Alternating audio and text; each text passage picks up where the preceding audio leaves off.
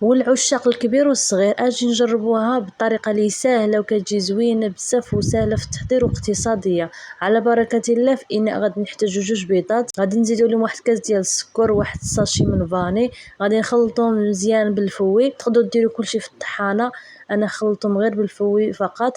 صافي من بعد ما كنخلط مزيان كيولي القوام بهذا الشكل هذا بيض. عاد كنزيد عليه كاس ديال الزيت وواحد ياغورت بالنكهه ديال البنان كيعطي واحد المذاق زوين. من بعد كنخلطو مزيان داك الخليط ديالي. عاد كنضيف هنا الدقيق، ومهم كلشي كنخلطو جيدا. هنا بالنسبه بنفس العلبه ديال الياغورت كنعبر فيها الدقيق، درت علبه الاولى ديال الدقيق اللي هو كاس، كيكون كاس ديال العنبه. من بعد كنزيد العلبه الثانيه وكنبدا نخلطو جيدا. عاد كنضيف هنا 2 اكياس من خميره الحلويات، الوزن ديالها 7 غرام، وغادي نبدا نخلطو مزيان مزيان. عاد كنضيف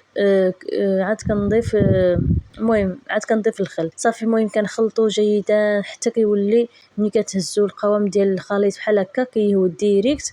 صافي وقفوا الدقيق. هنا انا احتاجيت غير 2 كيسان، تقدروا نتوما الا كان عندكم داك الدقيق اللي ما كيشربش تقدروا ديروا حتى 2 كيسان ونص. من بعد كندير معلقه كبيره ديال الخل، في التالي كنخليها حتى التالي كنخلطو مزيان. حنا غادي نحتاجوا واحد التفاحه كتكون هكا حمراء، كنخليها بالقشره ديالها، كنغسلها مزيان مزيان بواحد الشيته.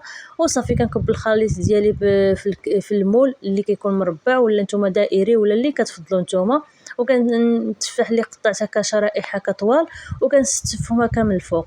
صافي وكندخل الكيك ديالي للفران. بالنسبه للفرن عادي كيكون يلا شعلت عليه وكندخل الكيكه ديالي. صافي من بعد ما كطيب وكيتحمر كناخذ الكونفيتير كنزينو هكا من الفوق وكنرشو هكا بالكاوكا، ولا الا كان عندكم لوز ايفيلي رشوه من الفوق باللوز ايفيلي. من بعد كنحتاجو هنا صوص كراميل اللي كان عندي ديال الكلاص، انا درتو هكا من الفوق كيعطي واحد المذاق زوين وواحد التعليكه. ومهم هذا هو الكيك ديال التفاح كتجي زوينه، ضروري تجربوها. وما تنساوش تجربوها. اما الوصفه كامله تلقاوها في القناه ديالي على اليوتيوب، وبالصحه والراحه.